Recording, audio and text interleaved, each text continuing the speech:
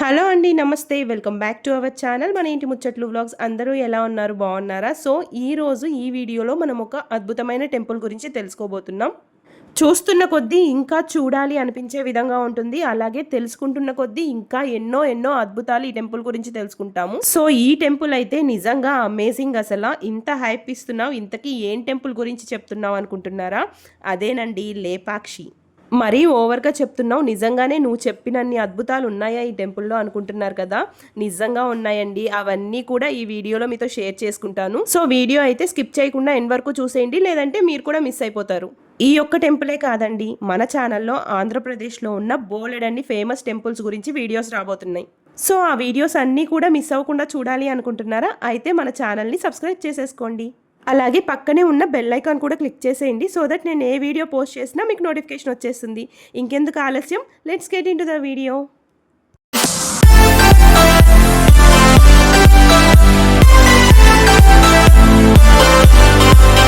లేపాక్షిలో మనం స్టే చేయాలంటే మనకున్న ఒకే ఒక్క ఆప్షన్ ఏపీ టూరిజం హోటల్ అండి. సో ఇంకా లేపాక్షిలో వేరే ఏ హోటల్స్, ఎక్కడ రెస్టారెంట్స్ ఏమీ ఉండవన్నమాట.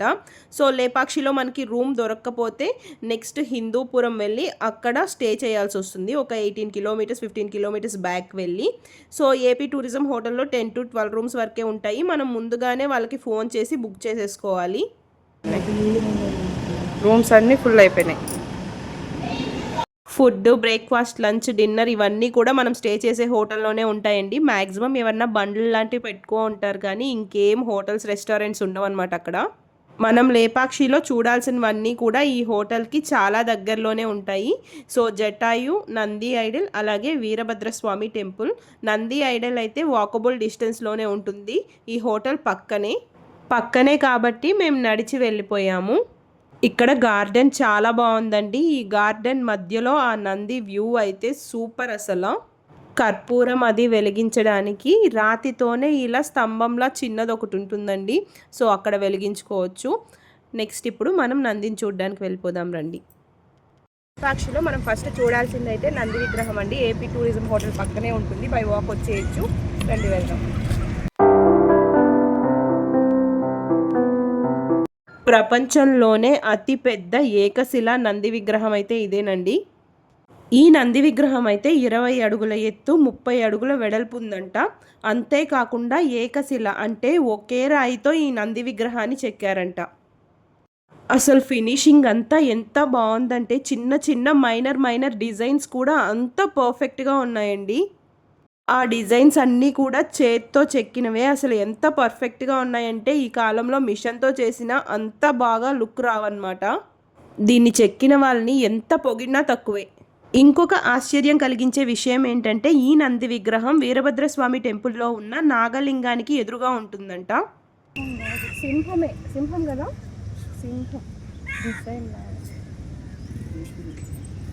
ఈ నంది మెడలో చూసారా మువ్వలు, గంటలు ఇవన్నీ కూడా చాలా పర్ఫెక్ట్గా చెక్కారు అసలు. అంతేకాకుండా నంది పైన క్లాత్ కప్పినట్టుగా కూడా చెక్కారనమాట. దాంట్లో కూడా డిజైన్ చాలా అంటే చాలా బ్యూటిఫుల్గా కనిపిస్తుంది మనకి.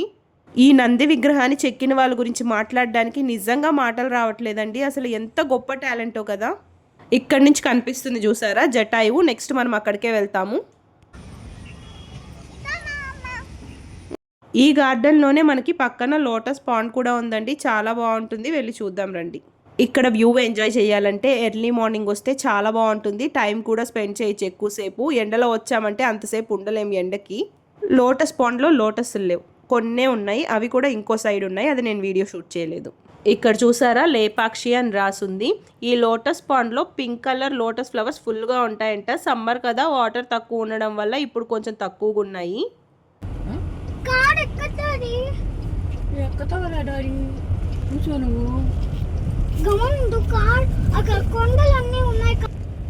సో జటాయు దగ్గరికి వెళ్తున్నామండి. నంది దగ్గర నుంచి చూపించాను కదా మీకు జటాయు అని చెప్పేసి. ఇప్పుడైతే అక్కడికే వచ్చాము, జటాయు థీమ్ పార్క్కి. ఎంట్రీ టికెట్ వచ్చేసి పెద్దవాళ్ళకి 10 రూపీస్, బిలో 5 years పిల్లలకైతే టికెట్ లేదు. సో ఇక్కడ మనం ఏమేం చూడొచ్చు అనేది ఈ బోర్డులో ఉంది చూసారా.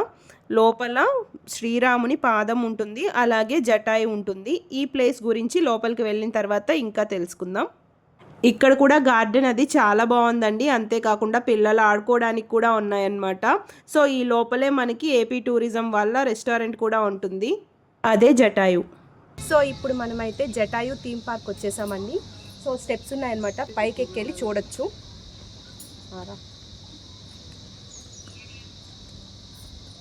ఈ ప్లేసెస్ అన్నీ కూడా మనం ఎర్లీ మార్నింగ్ వచ్చి కవర్ చేసేస్తే చాలా బాగా ఎంజాయ్ చేయొచ్చు. వ్యూ అనేది ఎండలో వచ్చామంటే కొంచెం కష్టపడాలి. అందరూ ఎర్లీ మార్నింగే వచ్చి ఇవన్నీ చూసుకొని కిందకు కూడా దిగొచ్చేసారు. ఇక్కడ స్పెట్స్, ఇయర్ రింగ్స్, హ్యాండ్ బ్యాగ్స్ అట్లా అమ్ముతా ఉన్నారండి. ఏదైనా 100 రూపీసే. సో మరిష్టం అయితే తన కోసం షాపింగ్ చేసుకుంటుంది. ఎండంట, అందుకని స్పెట్స్ కొనుక్కుంటా ఉంది.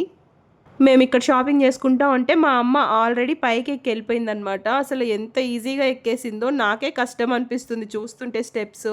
మా అందరికంటే ఫస్ట్ వెళ్ళిపోయింది మా మమ్మీ. సో ఇక్కడ నుంచి దాదాపు 100 స్టెప్స్ ఉన్నాయండి, ఇంకా ఎక్కువే ఉండొచ్చు. సో పైకి వెళ్ళి చూద్దాం రండి.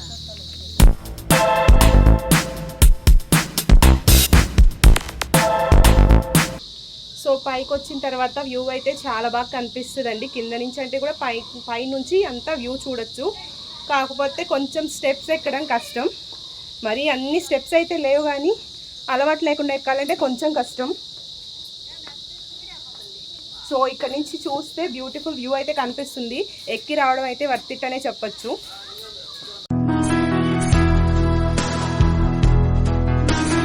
Visitors are not allowed besides Jatayu as the order is not permitted by district collector. So Jatayu దగ్గరికి వెళ్ళాలంటే స్టెప్స్ అయితే అలా ఉన్నాయండి. సో అక్కడి నుంచి ఎవరో పడిపోయారంట, అప్పటి నుంచి అలౌ చేయట్లేదు, క్లోజ్ చేసేసారు. సో మనకి ఇక్కడి నుంచి సిటీ వ్యూ అయితే చాలా బ్యూటిఫుల్గా కనిపిస్తుంది. ఇక్కడ నుంచి మనం వెళ్ళాల్సిన టెంపుల్ కూడా కనిపిస్తుంది, చూసారా? అక్కడ టెంపుల్ ఉంది కదా, సో అదేనండి main temple, Veerabhadraswamy temple. So ఇది అయిపోయిన తర్వాత అక్కడికి వెళ్తాము. జటాయువు అండ్ పైకి వస్తే ఇక్కడ ఒక టెంపుల్ ఉందండి. లోపల దేవుడు ఎవరు లేరు, సో శిథిలం అయిపోయినారు. సో ఇక్కడ నుంచి వ్యూ పాయింట్ అంట మనకి. అక్కడ కనిపిస్తున్న టెంపుల్కే మనం వెళ్ళాలి, వీరభద్రస్వామి టెంపుల్. సో అక్కడే మనకి చాలా ఉంటాయన్నమాట చూడడానికి. లేపాక్షిలో famous, one of the famous temple, అదే మెయిన్ అనమాట. సో ఇదైతే వ్యూ పాయింట్ అండి. ఇక్కడ మనకి ఇచ్చున్నారు చూసారా, foot print and view point అని చెప్పేసి. అక్కడ కనిపిస్తుంది కదా, దగ్గరికి వెళ్ళి చూపిస్తాను ఆగండి. సో రాముల వారి పాదం అడుగు చూస్తున్నారా, స్వామివారి పాదం. సో ఇది view point and foot print అనమాట. రావణుడు సీతాదేవిని తీసుకెళ్తున్నప్పుడు రావణుడితో ఫైట్ చేసి దెబ్బ తగిలి ఈ జటాయువు ఈ ప్లేస్లో పడిపోయిందంట. ఆల్రెడీ శ్రీరాముని పాదం చూసాం కదా, రాముల వారు ఇక్కడికి వచ్చినప్పుడు పడిపోయి ఉన్న ఈ పక్షిని చూసి లేపక్షి అన్నారంట. దాంతో ఈ ఊరికి లేపాక్షి అనే పేరు వచ్చింది. ఇప్పుడు మనం వీరభద్రస్వామి టెంపుల్కి వెళ్తున్నామండి. ఆ టెంపుల్ వచ్చేసి నంది ఐడల్ చూసాం కదా, దానికి ఎదురుగా ఉంటుంది. సో ఏపీ టూరిజం హోటల్ పక్కనే ఉంటుంది అది కూడా. సో ఇక్కడ చూస్తున్నారు కదా, ఈ ఆర్చి లోపల నుంచి వెళ్తే మనం ఆ టెంపుల్కి అయితే వెళ్తాము. దానికంటే ముందు ఇంకొక బోర్డు వస్తుందండి. అటు సైడ్ వెళ్ళామంటే కార్ పార్కింగ్ అయితే ఉంటుంది. ఈ ఇళ్ళన్నీ చూస్తున్నారా, పాత కాలంలో ఇల్లు అన్నీ శిథిలమైపోయి ఉన్నాయి. ఆ టెంపుల్ కన్స్ట్రక్ట్ చేసినప్పుడు ఉన్న ఇల్లు అనుకుంటాను. ఇప్పుడైతే టెంపుల్ బ్యాక్ సైడ్ నుంచి వెళ్తున్నాము. ఇక్కడైతే కార్ పార్కింగ్ ఉంటుంది. సో ఇందాక ఆర్చి చూపించాను కదా, అక్కడి నుంచి వెళ్తే టెంపుల్ ఫ్రంట్ నుంచి ఎంటర్ అవుతాము. కార్ పార్క్ చేసేసి టెంపుల్కి అయితే వెళ్తున్నాము. సో ఇక్కడ బ్యాక్ సైడ్ ఎంట్రన్స్ అయితే క్లోజ్ చేసేసి ఉన్నారు. మేబీ శివరాత్రి అలాంటి టైంలో అయితే ఓపెన్ చేస్తారేమో. టెంపుల్ ముందుకు వెళ్ళడానికి ఇటు సైడ్ నుంచి కూడా దారి ఉంది, వెళ్దాం రండి. టెంపుల్ చాలా పెద్దగా ఉందండి. నేను అస్సలు ఎక్స్పెక్ట్ చేయలేదు, ఫస్ట్ టైం వచ్చాను. సో యూట్యూబ్లో వీడియోస్లో కూడా ఇంత పెద్దగా ఎవరు చూపించలేదు టెంపుల్ని. చాలా అంటే చాలా పెద్దదన్నమాట. నేనైతే చాలా ఎక్సైటెడ్గా ఉన్నాను ఈ టెంపుల్ని ఎక్స్ప్లోర్ చేయడానికి. Let's go. కోసుకో, పచ్చడి పప్పు చేసుకుందాం. కాదు అదేంటి, ఎంత దూరం వచ్చినా సరే మా అమ్మకి చింత చెట్టు కనిపిస్తే చింత ఇగురు ఉంది, చింతాకు పప్పు చేసుకుందాం, కొంచెం కోసుకుందాం అన్న ఆలోచన వచ్చిందంటే ఏమనాలి మా నిన్న. బాగుంటాయి టేస్ట్, బాగుంటాయంట టేస్ట్.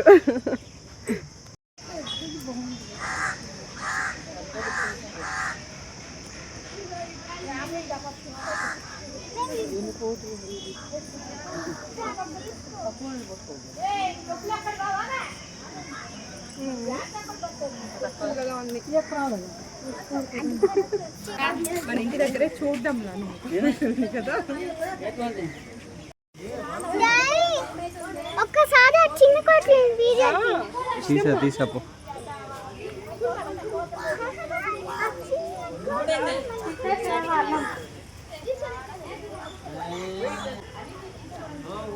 ఫైనల్గా ఎన్నో అద్భుతమైన రహస్యాలు విశేషాలు కలిగిన టెంపుల్కి అయితే వచ్చేసామండి. లోపలికి వెళ్ళి అన్నీ కూడా ఒక్కొక్కటిగా తెలుసుకుందాం. సో ఇప్పుడు మీరు చూసిందే ఎంట్రన్స్ అన్నమాట. ఇక్కడ చూస్తున్నారా, ఈ టెంపుల్కి సంబంధించిన స్టోరీ అంతా కూడా మనకి తెలుగు, హిందీ, ఇంగ్లీష్ మొత్తం 3 లాంగ్వేజెస్లో ఉంటుంది. అలాగే మీకు ఇక్కడ చూపిస్తున్నాను చూడండి. సో ఇందాక ఒక ఆర్చ్ అని చెప్పాను కదా, ఆ ఆర్చ్లో నుంచి వచ్చుంటే ఇక్కడికి మనం చేరుకొని ఉంటాము. సో కార్ పార్కింగ్ అనేది ఇక్కడ లేదు కాబట్టి మనం అటు సైడ్ నుంచి వచ్చి బ్యాక్ సైడ్ నుంచి ఎంటర్ అయ్యాము. ఈ టెంపుల్ అంతా కూడా కూర్మాద్రి అనే కొండ మీద ఉందండి. అంటే తాబేలు షేప్లో ఉన్న కొండ మీద ఈ టెంపుల్ని కన్స్ట్రక్ట్ చేశారు. ఇది వీరభద్రస్వామి టెంపుల్గా ఫేమస్ అయినప్పటికీ కూడా ఇక్కడ శ్రీరాముడు ప్రతిష్ఠించిన రామేశ్వర శివలింగం, అలాగే ఆంజనేయ స్వామి ప్రతిష్ఠించిన హనుమలింగం, ఇంకా స్వయంభూగా వెలిసిన పాపనేశ్వర లింగం అన్నీ ఉన్న గొప్ప పుణ్యక్షేత్రం అండి. ఈ టెంపుల్ అయితే విజయనగరం రాజైన అచ్యుతదేవరాయల కాలంలో ఆయన దగ్గర కోశాధికారిగా పనిచేస్తున్న విరూపన్న కట్టించారంట. అప్పటి కాలంలో శిల్పులు అసలు ఎంత గొప్పవాళ్ళో కదండి. అసలు ఒక్కొక్క బొమ్మ చెక్కున్నారండి టెంపుల్ మీద. మాటలు లేవనుకోండి, నిజంగా చేత్తో ఆ విధంగా కొండరాళ్ళ పైన ఆ కాలంలో చెక్కారు అని అంటే అది కూడా అంత పర్ఫెక్ట్గా. అసలు ఇప్పుడైతే మిషన్లతో చేసేస్తున్నారు, అది వేరు. చేత్తో ఈ విధంగా ఇంత పర్ఫెక్ట్గా రావడం అనేది చాలా అంటే చాలా కష్టం. వాళ్ళు ఎంత టాలెంటెడ్ అయితే ఇట్లా చేసుంటారు అసలు. సో వాళ్ళని ఎంత గొప్పగా పొగిడినా కూడా సరిపోదన్నమాట. ఇప్పుడు ఇక్కడ బోర్డు చూపిస్తుంది కదండి, యారో మార్కు. అటు సైడ్ వెళ్ళామంటే మనం నాగలింగం అలాగే వినాయకుడిని చూడడానికి వెళ్తాము. సో వెళ్దాం రండి. ఈ టెంపుల్ అంతా కూడా తాబేలు షేప్లో ఉన్న కొండ పైన కట్టారు. ఆ కొండ మొత్తం కూడా 5 ఎకరాల్లో ఉందంట. అంటే టెంపుల్ కూడా 5 ఎకరాల్లో ఉంది. సో ఆ కొండ పైన ఉన్న చిన్న చిన్న కొండల్ని ఈ విధంగా స్తంభాలుగా మలిచారంట. సో ఒక్కొక్క స్తంభం అసలు ఎలా చెక్కున్నారంటే నేను చెప్పలేనండి, మీరే చూడండి. సో మొత్తం ఈ టెంపుల్లో 876 పిల్లర్స్ అయితే ఉన్నాయంట. సో వేటికి కూడా ఫౌండేషన్ లేదండి. వితౌట్ ఫౌండేషన్ అన్ని పిల్లర్స్ కూడా అలాగే ఉన్నాయి. ఈ టెంపుల్ గోడలన్నీ కూడా రాళ్ళు పేర్చినట్లుగా ఒకదాని మీద ఒకటి పేర్చుకుంటూ కట్టేశారండి, ఫౌండేషన్ ఏదీ లేకుండా. సో ఇక్కడ చూసారా, ఎల్ షేప్లో లాక్ చేసినట్లుగా కట్టారు చూసారా. ఇప్పుడు ఈ కాలంలో ఈ టెక్నిక్స్ అన్నీ యూస్ చేస్తున్నారు, బట్ ఆ కాలంలోనే అవన్నీ కూడా అందరూ యూస్ చేసినవే.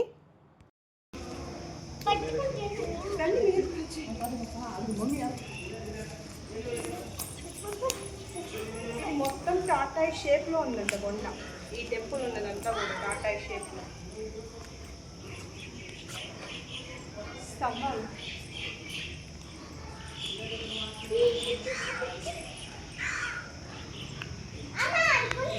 అసలు ఎన్ని స్తంభాలు ఉన్నాయి, ఎంత బాగున్నాయి రాజమండ్రి. మా ఎంత కష్టపడి చెప్పుకుంటారు కదా వాటి మీద చూడు. షేప్ లెక్క పెట్టడానికి కూడా అవ్వలేని ఉన్నాయి స్తంభాలు కదా. ఇక్కడ స్తంభాల మీద చెక్కిన బొమ్మలు ఊరికే చెక్కలేదండి, ఒక్కొక్క బొమ్మకి ఒక్కొక్క అర్థం ఉంది. సో 3D ఎఫెక్ట్లో కూడా బొమ్మలు చెక్కున్నారు. అంటే ఒకే బొమ్మని ఒక్కొక్క సైడ్ నుంచి చూస్తే ఒక్కొక్క విధంగా కనిపించేలాగా చాలా అంటే చాలా అద్భుతంగా ఉందండి. సో ఇన్ని స్తంభాల పైన ఉన్న డిజైన్స్ని నేను ఎక్స్ప్లెయిన్ చేయలేను, చూపించలేను కాబట్టి జస్ట్ అలా చూపించేస్తున్నాను. అసలు ముందుకు వెళ్తున్న కొద్దీ ఈ టెంపుల్కి సంబంధించిన చాలా చాలా విశేషాలు అయితే తెలుసుకున్నానండి. ఎంతో ఆశ్చర్యాన్ని కలిగించాయి. సో మీకు ఇవన్నీ కూడా తెలియాలంటే మీరు ఒక టూర్ గైడ్ని మాట్లాడుకున్నారంటే మొత్తం అంతా కూడా కంప్లీట్గా నీట్గా ఎక్స్ప్లెయిన్ చేస్తారు. ఇక్కడ చూస్తున్నారు కదా, ఈ వరుసలో మొత్తం 600 పిల్లర్స్ ఉన్నాయండి. స్తంభాలే కాదండి, తల కాస్త పైకెత్తి చూసామంటే ఇంకా ఆశ్చర్యపోయే విషయాలు కనిపిస్తాయి. ఇక్కడ చూస్తున్నారు కదా, ఇవన్నీ వచ్చేసి శారీ బార్డర్ డిజైన్స్ అన్నమాట. ఆ కాలంలో ఇలా చెక్కి పెట్టారనమాట ఈ టెంపుల్లో. సో లేపాక్షి శారీస్, లేపాక్షి బార్డర్స్ చాలా ఫేమస్ అంటూ ఉంటారు కదా. సో ఈ డిజైన్స్ అన్ని బేస్ చేసుకొని అవన్నీ డిజైన్ చేస్తారు. ఇప్పటి వరకు మనం ఈ గుడి బయట ఉన్న స్తంభాలనే చూసాం కదా. ఇప్పుడు మనం గుడిలోకి వెళ్దామండి. అక్కడ ఇంకా చాలా అద్భుతాలు ఉన్నాయి, చూసేద్దాం రండి. ఇక్కడ యారో మార్క్ చూపిస్తుంది కదండి, ఇలా లోపలికి వెళ్ళామంటే అక్కడ నాగలింగం, వినాయకుడు ఇంకా కళ్యాణ మండపం అన్నీ కూడా చూడొచ్చు. ముందుగా మనం ఈ టెంపుల్లో ఉన్న శివపార్వతుల కళ్యాణ మండపం గురించి మాట్లాడుకుందాం. నిజంగా ఈ కళ్యాణ మండపం ఒక అద్భుతం అండి. కానీ ఇది అర్ధాంతరంగా ఆగిపోయింది. అది చాలా దురదృష్టకరం అనమాట. సో ఎందుకు ఆగిపోయింది ఏంటనేది నేను చెప్తాను. ముందుగా ఈ కళ్యాణ మండపాన్ని ఒకసారి చూడండి.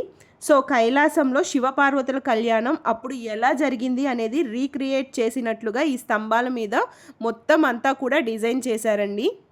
ఈ స్తంభాలపైన మొత్తం ఉండే వాళ్ళంతా కూడా దేవతలు, ఋషులేనండి. కళ్యాణం ఎలా జరిపించారు శివపార్వతులకి అనేది తెలిసే విధంగా ఈ మండపాన్ని అయితే కన్స్ట్రక్షన్ చేశారు. ఇక్కడ మీరు చూస్తున్నది పెళ్లి కూతురు పెళ్లి కొడుకుగా ఉన్న శివపార్వతులకి కళ్యాణం జరిపిస్తున్న అగస్త్య మహాముని. సో నెక్స్ట్ వచ్చేసి ఇక్కడ ఒక్కొక్క స్తంభం పైన ఎవరెవరు ఉన్నారనేది నేను చెప్తాను చూడండి. ఇక్కడ మీరు చూస్తుంది పెళ్లి కొడుకుగా ఉన్న శివుడిని. సో ఆయన కాళ్ళు కడిగి లోపలికి ఆహ్వానించడానికి వచ్చిన పార్వతీదేవి తల్లిదండ్రులు, ఆ తర్వాత ఇంద్రుడు, అగ్నిదేవుడు, వాయుదేవుడు, యముడు, ఇలా అష్టదిక్పాలకులు కూడా అష్టదిక్కుల్లో ఉన్నారండి. ఇక్కడ 3 తలలతో ఉన్నది దత్తాత్రేయ స్వామి, ఆయన పక్కన ఉన్నది విష్ణుమూర్తి. మీరు ఇక్కడ చూస్తుంది వచ్చేసి వాయుదేవుడు అండి. అలాగే పక్కనే ఇక్కడ చూస్తున్నారు కదా కుబేరుడు, ఆయన పక్కన ఉన్న ఆయన విశ్వామిత్ర మహర్షి అనమాట. వీళ్ళందరూ కూడా శివపార్వతుల కళ్యాణం జరిపించారు. ఈ మండపంలోనే అక్కడ ఒక గోపురం కనిపిస్తుంది కదండి, అక్కడికి వెళ్దాం. అక్కడ కూడా ఒక విశేషం అయితే ఉంది, అది చూపిస్తాను రండి. ఈ కళ్యాణ మండపంలోనే ఉన్న ఈ మండపాన్ని లతా మండపం అంటారండి. ఇక్కడ ఒక్కొక్క స్తంభం పైన చూసారా 4 పక్కల 4 డిఫరెంట్ డిజైన్స్ అయితే ఉంటాయి. మొత్తం ఈ మండపంలో ఈ స్తంభాల పైన 280 డిజైన్స్ అయితే ఉన్నాయండి. సో ఏ డిజైన్స్ కూడా రిపీట్ అవ్వలేదు, అన్ని డిఫరెంట్ డిజైన్స్ అన్నమాట. ఇప్పుడు మనకి కంచి పట్టు శారీస్ అని, ధర్మవరం పట్టు శారీస్ అని వస్తున్నాయి కదా, వాటి మీద వేసే డిజైన్స్ అన్నీ కూడా ఇవే అన్నమాట. సో కాపీ కొట్టేసి ఇప్పుడు అందరూ కూడా యూజ్ చేసేస్తున్నారు. యాక్చువల్గా ఇవన్నీ కూడా లేపాక్షి డిజైన్స్ అండి. లేపాక్షి శారీస్, లేపాక్షి బోర్డర్స్ అంటే ఫేమస్ అంటారు కదా, సో ఇవన్నీ కూడా లేపాక్షి డిజైన్స్ అన్నమాట. సో ఇంత మంచి కళ్యాణ మండపం ఇలా అర్ధాంతరంగా ఆగిపోవడానికి అసలు కారణం ఏంటనేది ఇప్పుడు తెలుసుకుందాం. అచ్యుతదేవరాయలు చనిపోయిన తర్వాత ఆయన అల్లుడు ఈ రాజ్యాన్ని చూసుకునేవారట. విరూపన్న ఆయనకి విరుద్ధంగా గుడి కట్టిస్తున్నారని అందరూ లేనిపోని మాటలు చెప్పడంతో ఆయన్ని శిక్షించడానికి భటుల్ని పంపిస్తారంట. రాజుగారి శిక్ష ముందే గ్రహించిన విరూపన్న ఆయన కళ్ళు పీకి గోడకేసి కొట్టారంట. ఆ రక్తపు మరకలే ఇవి. ఆయన రక్తంతో తడిసిన ఈ కళ్యాణ మండపం అందుకే అర్ధాంతరంగా ఆగిపోయింది. 1920లో బ్రిటిషర్స్ కూడా చెక్ చేసి ఇది హ్యూమన్ బ్లడ్ అని నిర్ధారించారు. ఈ టెంపుల్ స్టార్ట్ అయ్యేది ఈ వినాయకుడి దగ్గర నుంచి. అప్పట్లో కొండకే ఈ వినాయకుడిని చెక్కించి వినాయకుడిని పూజించిన తర్వాతే మిగిలిన టెంపుల్ కన్స్ట్రక్షన్ అంతా కూడా స్టార్ట్ చేశారంట. ఈ రాతి మీద ఉన్న బొమ్మల్ని చూసారా, ఇవి మనకి శ్రీకాళహస్తి స్టోరీని నెరేట్ చేస్తున్నట్లుగా చెక్కారనమాట. ఏనుగు, పాము, సాలీడ అన్నీ కూడా శివుడికి అభిషేకం చేస్తున్నాయి. అలాగే భక్త కన్నప్ప కూడా ఉన్నారు. ఇకపోతే ఈ టెంపుల్లో ఇంకొక మెయిన్ అద్భుతం వచ్చేసి ఈ నాగలింగం. దీనికి కూడా ఒక పెద్ద కథే ఉందండి, అదేంటో ఇప్పుడు తెలుసుకుందాం. ఈ నాగలింగానికి ఎదురుగానే వంటగది ఉందండి, అది ఇప్పటికి కూడా ఉంది టెంపుల్లో. ఈ టెంపుల్ కన్స్ట్రక్ట్ చేసేటప్పుడు శిల్పులంతా కూడా భోజనానికి వచ్చారంట. అప్పుడు వంట కాలేదని వాళ్ళమ్మ కాసేపు ఆగమని చెప్తే ఈలోపు ఖాళీగా ఉండడం ఎందుకని చెప్పి వాళ్ళమ్మ వంట చేసేలోపు ఈ నాగలింగాన్ని చెక్కేశారంట. బయటకు వచ్చి చూసిన వాళ్ళమ్మ ఆశ్చర్యంతో ఎంత బాగుంది అనగానే ఆ దిష్టికి ఆ నాగలింగం పైన 3 పగుళ్ళు అయితే ఏర్పడ్డాయంట. సైడ్లో నల్లగా కనిపిస్తున్నాయి కదండి, అక్కడే పగుళ్ళైతే ఉన్నాయి. పగిలిన శివలింగాన్ని పూజించకూడదని చెప్పేసి అచ్యుతదేవరాయలు కాశీ నుంచి శివలింగాన్ని తీసుకొచ్చి మళ్ళీ ప్రతిష్ఠించారంట. శివుడికి ఎదురుగా నంది ఉండాలని చెప్పేసి మొదట్లో చూపించాను కదండి, అతి పెద్ద నంది విగ్రహం, దాన్నైతే చెక్కించారంట. అది నాగలింగం ఎదురుగానే ఉంటుంది. మీరు ఇక్కడ చూస్తున్న ఈ శివలింగము తాండవేశ్వర లింగం అండి. ఇది 800 ఇయర్స్ బ్యాకే, అంటే ఈ టెంపుల్ కన్స్ట్రక్షన్ స్టార్ట్ చేయకముందే ఇక్కడ ఉందంట. సో ఈ శివలింగం ఇక్కడ ఉండడం వల్ల, అలాగే సీతాదేవి పాదం అవన్నీ ఉండడం వల్ల విరూపన్న ఇక్కడ ఈ గుడి కన్స్ట్రక్షన్ అయితే స్టార్ట్ చేశారు. 1522లో స్టార్ట్ చేసి 1538 వరకు, అంటే 16 సంవత్సరాలు కొన్ని వేల మంది కలిసి కట్టారు ఈ టెంపుల్ని. ఈ మెట్ల దగ్గర ఉండే స్తంభాలపైన 10 మంది ఋషులు ఉన్నారండి. ఈ ఋషులు కూడా వచ్చే వాళ్ళని కళ్యాణానికి ఆహ్వానిస్తున్నట్లుగా చిత్రీకరించారు.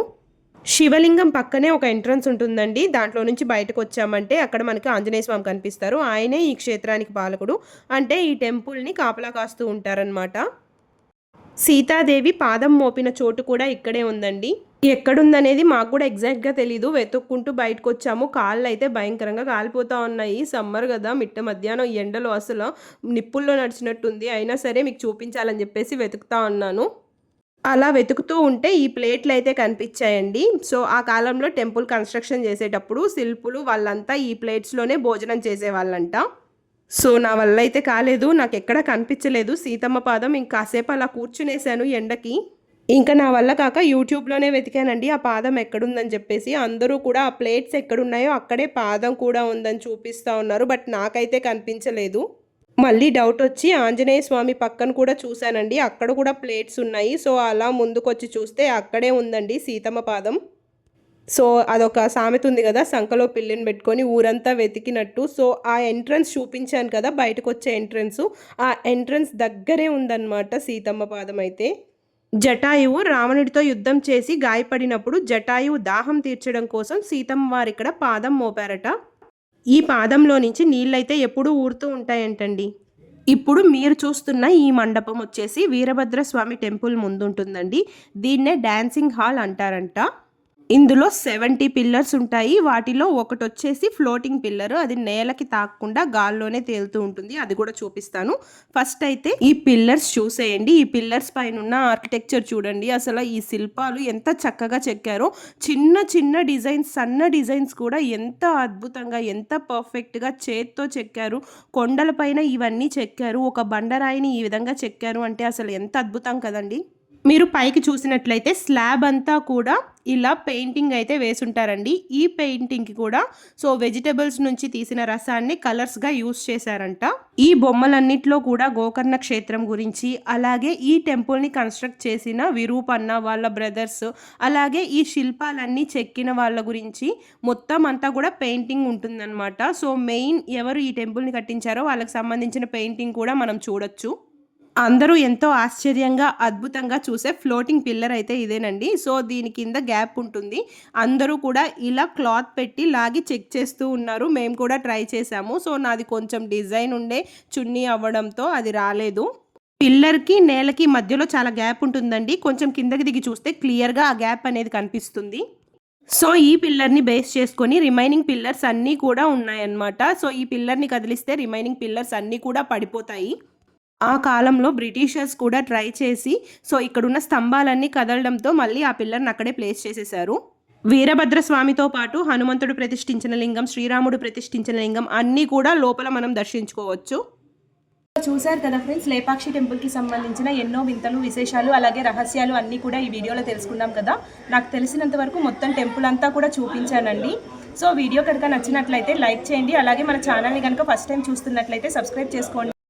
పుడింగిలా చెట్టు ఎక్కిందండి. ఎక్కిన తర్వాత బ్రహ్మానందంలాగా ఇంకా ఆపేయండి రోయ్ అన్నట్టు దింపేయండి అని ఒకటే ఏడుపు. ఎక్కు, ఇంకోసారి అడగకూడదు చెట్టు ఎక్కించమని. ఎక్కు. Bye bye Lepakshi. లేపాక్షికి బాయ్ చెప్పేసి మంత్రాలయంకి అయితే స్టార్ట్ అయిపోయాము. ఇక్కడ నుంచి 6 hours జర్నీ అండి. 360 kilometers ఉంటుందంట distance. we are going to Mantralayam. నిన్న పుట్టపర్తి నుంచి ఏ రూట్లో వచ్చామో అటే తిరుక్కున్నాం మంత్రాలయంకి. మనం హైదరాబాద్ బెంగళూరు హైవే మీద మంత్రాలయంకి వెళ్తున్నాం. ఇక్కడ ఆర్చ్ లాగా అనిపిస్తుంది కదండి. ఇక్కడ నుంచి లోపలికి వెళ్తే పెనుగొండ ఫోర్ట్ అయితే వస్తుంది. చాలా బ్యూటిఫుల్గా ఉంటుంది. ఘాట్ రోడ్ అయితే అమేజింగ్. అసలు డ్రోన్ వ్యూ చూసారంటే ఎంత అద్భుతంగా ఉంటుందంటే అంత అద్భుతంగా ఉంటుంది. ఈ రూట్లో అంతా కూడా ఈ పవర్ జనరేటర్ ఫ్యాన్స్ అయితే ఫుల్గా ఉన్నాయండి. చాలా అంటే చాలా ఉన్నాయన్నమాట. కియా కార్స్ అందరికీ ఐడియా ఉంది కదా. ఆ కార్లు తయారు చేసే కంపెనీ కూడా ఆన్ ద వేలోనే చూశాను. చాలా పెద్ద కంపెనీ అండి. అసలు ఎంత పెద్ద కంపెనీయో. ఆకాశంలో సడన్గా ఈ బ్యూటిఫుల్ వ్యూ కనిపించింది. భలే ఉంది కదా. కలర్స్ చూసారా, రెయిన్బో కలర్స్ లాగా. అనంతపూర్కి అయితే రీచ్ అయిపోయాము. అనంతపూర్లో ఇస్కాన్ టెంపుల్ చాలా ఫేమస్ అంట. మాకు ఆన్ ద వేలోనే కనిపించింది. టైం లేదు, అందుకే వెళ్ళి చూడలేదు. ఒక రథంలా కన్స్ట్రక్ట్ చేశారనమాట. ముందు 4 గుర్రాలు ఉంటాయి. అవి రథాన్ని లాక్కెళ్తున్నట్టుగా ఉంటుంది. ఆ కలర్ కాంబినేషన్ కూడా చాలా బాగుంది కదా ఇస్కాన్ టెంపుల్. మొత్తానికి నైట్ 11 o'clockకి రీచ్ అయ్యామన్నమాట మంత్రాలయంకి. ఇంకా లేట్ నైట్ టిఫిన్ చేసేసి ఒక ½ an hour వెయిట్ చేస్తే దేవస్థానం వాళ్ళే రూమ్స్ ఇష్యూ చేస్తామన్నారు. దేవస్థానం రూమ్సే తీసుకున్నాము. రూమ్ అయితే చాలా బాగుందండి. ఒకసారి చూపిస్తాను, చూసేయండి. ముందైతే ఒక హాలు, అందులో ఒక బెడ్, ఫ్యాన్ ఇచ్చారనమాట. 2 సోఫా చైర్స్ ఇచ్చారు. నెక్స్ట్ రూమ్‌లో వచ్చేసి పెద్ద బెడ్డు, అలాగే ఏసీ కూడా ఇచ్చారు. అటాచ్డ్ బాత్రూమ్ ఉందనమాట. సో, ఇది 1000 రూపీస్ చార్జ్ చేశారు. నాన్ ఏసీ రూమ్స్ కూడా ఉన్నాయండి. రూమ్స్ అయితే చాలా బాగున్నాయి. రూమ్ పక్కనే అనమాట టెంపుల్. నాకైతే చాలా బాగా నచ్చిందండి. నెక్స్ట్ మంత్రాలయం వీడియోతో మీ ముందుకు వచ్చేస్తాను. Until then bye. Thank you so much for watching this video.